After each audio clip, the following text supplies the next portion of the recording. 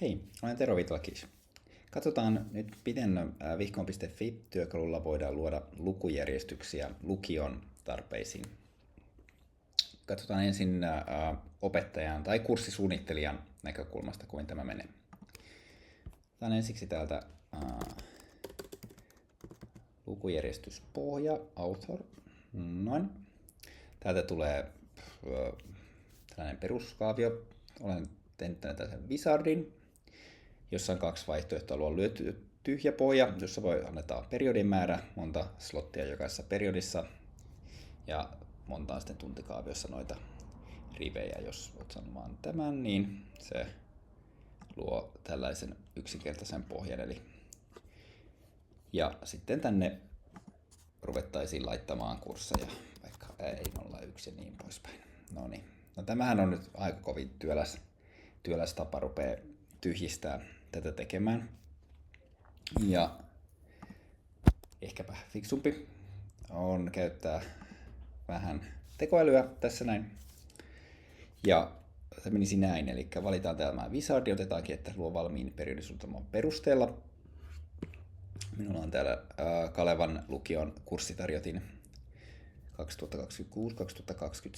2026-2027 kuvina, ja nämä kuvat toimii nyt sitten pohjana tekoälylle, joka näiden ohjeiden perusteella, jotka tästä voi kopioida leikepöydälle, ja sitten annetaan ne kuvat, luo sitten tietorakenteen, jota käyttäen tämä vihkonfi osaa rakentaa sitten tämän lukujärjestyspohjan. Siinä tekoälyltä saattaa mennä, muistaakseni 20 minuuttia taisi mennä, kun viimeksi nuo tein, joten olen tehnyt ne valmiiksi.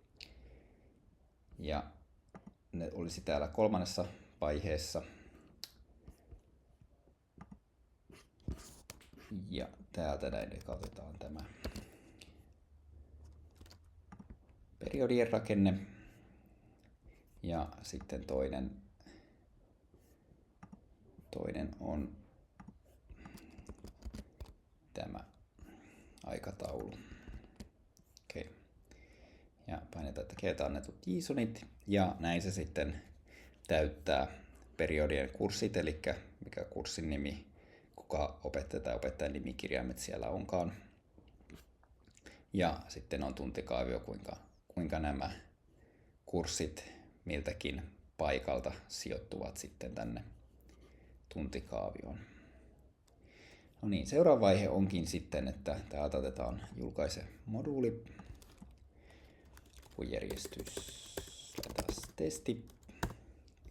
Näytä siis, että tuolla ei ole nyt mitään väliä. Pannaan sieltä, että julkaise. Ja saamme linkin. Näin. Ja nyt sitten avaan tämän linkin. Ja tosiaan tämän lukujärjestyksen tekijän pitää olla sisäänkirjautuneena, koska hän julkaisee jotain materiaalia, mutta nyt avasin selaimen, joka on niin sanotussa vierastilassa, eli se ei tiedä mistään ennalta mitään, eikä tarvitse tietääkään. Avaan tämän linkin, jolloin se johtaa nyt tähän kyseiseen lukujärjestyspohjaan. Näin. Ja nyt sitten oppilas näkee periodit, mahdolliset kurssit, joita tässä muutama onkin.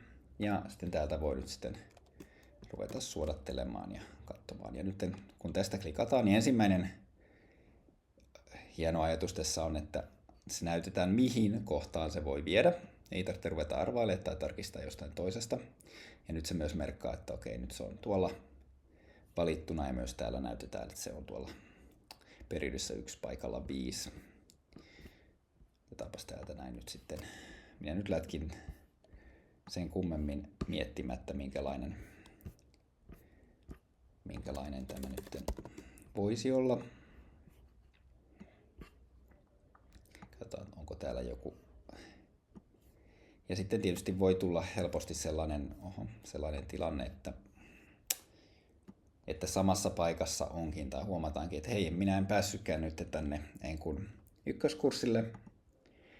Ja sitten tästä voi avata ja katsoa, no mitä muuta sillä kohdalla olisi tarjolla, joka saattaisi sopia minun suunnitelmiin. Vaikkapa fysiikkaa tosta noin. Ja voi tietysti näyttää tälle, että on 2 kurssia, mutta ehkä on parempi, että jätetään toi toinen pois noin. Ja näin sitten voidaan rakentaa se oman näköinen lukujärjestys sieltä. Ja tosiaan tämä lukujärjestys ei vaadi sisäänkirjautumista, eli oppilaat voi käyttää tätä ihan vapaasti, ja tämä tallentuu sitten heidän omaan internetselaimeen, ja siihen voi palata myös myöhemmin, jos suunnitelmaa täytyy muuttaa. Minun mielestä tässä parasta on, että nyt oppilaalta puuttuu sitten se sekoilu, että pitää katsoa montaa paperia ja tutkia, mihin jokin kurssi nyt sitten mahtuukaan, voi sijoittua.